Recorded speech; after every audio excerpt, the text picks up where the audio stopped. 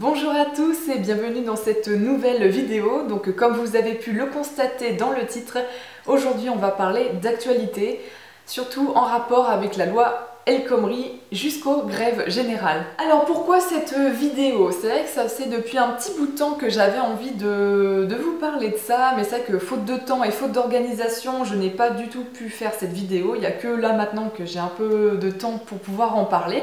Donc on va en profiter. Donc je pense pas que ça soit une vidéo très informative, hein, je suis vraiment désolée. Ça sera plus mon point de vue et mon ressenti par rapport à ce qui se passe actuellement. Mais ne vous inquiétez pas, je vous aurai quand même mis des liens, des vidéos dans la barre d'informations. C'est vrai que la loi El Khomri, la loi du travail, c'est une sacrée blague, hein, mais vraiment une bonne blague. Hein. Alors là, on peut pas faire société plus libérale et plus capitaliste que ça. Hein. Donc en gros, concrètement, je pense que vous êtes tous au courant par rapport à cette loi. C'est une loi qui permet aux entreprises de nous virer comme ça leur chante, où le droit des travailleurs n'existe plus. Hein. Voilà, donc de toute façon c'est simple, je pense que tout le monde l'a compris puisque personne n'en veut de cette loi. Il y a peut-être certains points qui peuvent être intéressants et qui peuvent peut-être être retravaillés pour être plus actuels, mais sinon le reste c'est tout poubelle quoi. Et c'est à ce moment-là que tu découvres à quel point les gens du gouvernement sont complètement déconnectés de la réalité quoi. On voit la France entière qui dit non à ce projet de loi travail et en fait personne nous écoute. Et c'est hallucinant quoi, on vit vraiment dans une dictature déguisée. Alors on a eu la loi El Khomri, donc on a un nom général de la population. D'ailleurs ça me rappelle, vous savez, quand on nous a proposé d'adhérer à l'Union Européenne, qu'on a eu un nom général de la France, on a eu un référendum où tout le monde a dit non, donc les Français ne voulaient pas adhérer à l'Union Européenne. On a modifié la loi et on est quand même à l'Union Européenne. Donc voilà, tu te dis, on demande l'avis aux citoyens, mais à la rigueur, on s'en fout complètement puisqu'ils ont un projet, la loi doit passer, donc de toute façon, la loi passera. Que tu sois content ou non, on s'en fout complètement. Voilà, c'est bienvenue en France. Que suite à ce nom général, heureusement qu'il y a Internet qui existe avec les réseaux sociaux, on a vu apparaître le hashtag On vaut mieux que ça, avec plusieurs vidéastes qui se sont réunis pour pouvoir créer un peu ce mouvement On vaut mieux que ça. On a eu aussi droit aux Nuits debout, qui je trouve était quand même plutôt une bonne initiative, qui part d'un mouvement, on va dire, d'un mouvement qui vient du bas des citoyens, mais au fur et à mesure des temps qui passent, je trouvais que c'était un mouvement qui a fini par avoir des connotations un peu trop politiques à mon goût et j'ai trouvé ça un petit peu dommage, alors qu'en fait c'était quelque chose qui partait de citoyens, qui partait de la base de la pyramide, hein, si on veut dire ça comme ça. Et je sais pas, je trouvais ça plutôt sympa les Nuits debout, c'est dommage que ça ait fini par être infiltré par des antifas, des trucs, des conneries dans le genre. Suite à cette loi du travail, on a eu le droit à un nom général de la France et je pense qu'il faut être vraiment sourd et aveugle pour pas voir ce nom général des Français. Il faut vraiment travailler dans le gouvernement pour pas voir ça, voilà, alors ça c'est dit. Et ensuite, on a eu droit à des mouvements citoyens qui se sont créés grâce au hashtag On vaut mieux que ça, grâce aux Nuits debout. Donc tout ça, hein, ça n'a pas suffi, le gouvernement a toujours continué à fermer les yeux sur ce qui se passe. Donc en fait en gros, là on s'est fait vraiment troller par le gouvernement bien comme il faut. Donc on nous présente une loi, il y a un nom général, et là le gouvernement nous dit « Bon d'accord, vous voulez pas de cette loi ?» Au lieu de se dire « Bon allez, on va remodifier, on va écouter ce que vous avez à dire, on va modifier quelques points, on va réfléchir tous ensemble à ce qu'on pourrait faire pour améliorer le droit du travail », non, ça s'est pas passé comme ça. Donc on a eu le droit au passage en force de la loi grâce au 49.3. Donc suite au 49.3, on a eu le droit aux motions de censure. Et cette motion de censure, donc là aussi on s'est fait encore troller, a été rejetée. Donc c'est-à-dire qu'actuellement, la loi El Khomri, la loi du travail, que personne n'en veut, est quand même acceptée. Depuis que la loi est passée, les syndicats se sont mis à faire la grève, à organiser, on va dire, des mouvements de grève. Par rapport à ce qui se passe en ce moment, j'ai l'impression que les syndicats se trompent complètement de cible. C'est vrai que c'est fort, c'est puissant de stopper les raffineries, ça veut dire qu'on n'a plus d'essence, plus de gasoil, c'est-à-dire que c'est nous qui sommes pénalisés en fait au bout d'un moment. Donc là c'est que mon point de vue, hein. Je le répète, c'est que mon point de vue. C'est à ce moment-là que je me dis, est-ce qu'on ne serait pas en train de vivre une espèce de grosse manipulation psychologique?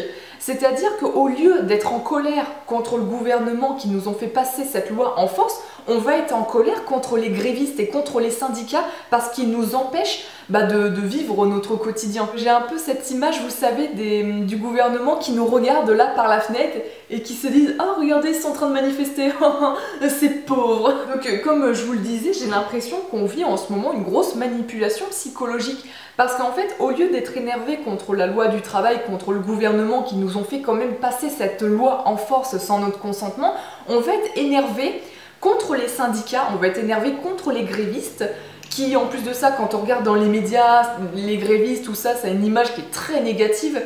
Et en fait, j'ai l'impression que nous, citoyens lambda, on va finir par être hyper découragés, hyper démotivés à nous révolter contre cette loi par rapport à cette grève qui est en train de nous pénaliser. Je ne dis pas que faire la grève et manifester, ça ne sert à rien. Après, c'est chacun voit midi à sa porte, hein. Chacun fait ce qu'il veut en fonction de ses propres valeurs. Moi, j'ai l'impression qu'on est en train de nous entourlouper.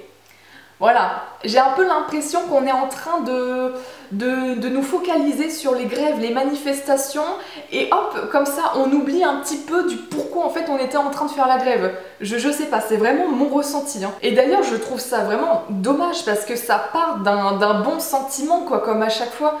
Mais sauf que j'ai l'impression qu'à chaque fois, c'est toujours récupéré, c'est toujours déformé, manipulé, pour en fait au final mieux nous soumettre. C'est ce qu'on appelle le ordo ab chaos. Donc voilà, donc je sais pas du tout comment ça va se terminer. Moi j'ai surtout l'impression qu'il va y avoir encore des manifestations, la grève va encore continuer, mais qu'au bout d'un moment, vous savez, ça va faire comme le soufflet. Ça va, pouf, ça va s'essouffler. J'ai l'impression en fait que ce mouvement va complètement s'essouffler, que chacun va partir dans sa petite vie et que la loi de travail de toute façon sera toujours acceptée. En tout cas, ça sera peut-être pas l'intégralité de la loi, mais une partie de la loi que le gouvernement voulait nous faire passer, on l'aura quand même. Ça, là-dessus, je n'en doute absolument pas. Donc voilà, donc dites-moi dans les commentaires ce que vous pensez actuellement de ce qui se passe par rapport à cette loi, par rapport au 49.3, par rapport à ces grèves, aux syndicats qui peut-être se trompent de cible au final, je ne sais pas. Dites-moi tout ça dans les commentaires. Ah oui, aussi, je remercie énormément Mathieu Sommet qui a retweeté une vidéo sur Emmanuel Macron. Je vous laisse la regarder parce que c'est que du bonheur. Mais moi j'ai pas le soir savoir si vous n'aimez pas que la France soit bloquée, arrêtez de la bloquer. Voilà. Mais parce que non, ce qui a bloqué la France, c'est le 49.3. Vous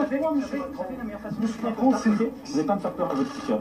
La meilleure façon de se payer un costard, c'est de travailler. Voilà. Donc oui, vous l'aurez bien entendu, Emmanuel Macron est en train de nous dire que pour pouvoir se payer un costard, il faut travailler. Et les chômeurs, ils font comment sérieusement ? Et ceux qui ont été licenciés, ils font comment? Et ceux, les prochains futurs licenciés grâce à la loi El Khomri, comment ils vont faire pour pouvoir se payer un costard?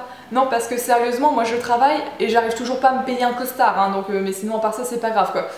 Enfin bon, c'est vrai qu'en même temps, me payer un costard, ça ferait un peu bizarre, mais bon, vous voyez ce que je veux dire quoi. Donc voilà, merci beaucoup Emmanuel Macron.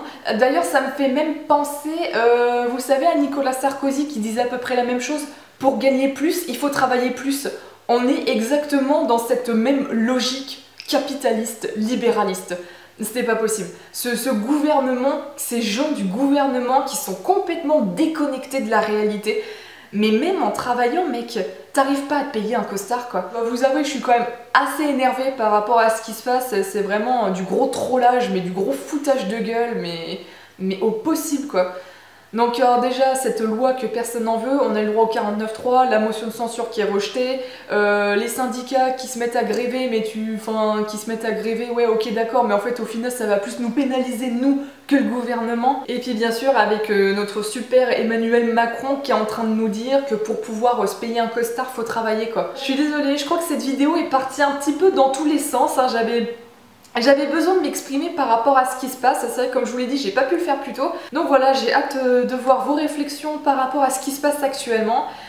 Et puis voilà, puis j'ai envie de vous dire, bah écoutez, bande de feignasses, travaillez donc pour pouvoir vous payer un costard quoi. Non mais allô quoi. À bientôt dans une prochaine vidéo. Salut.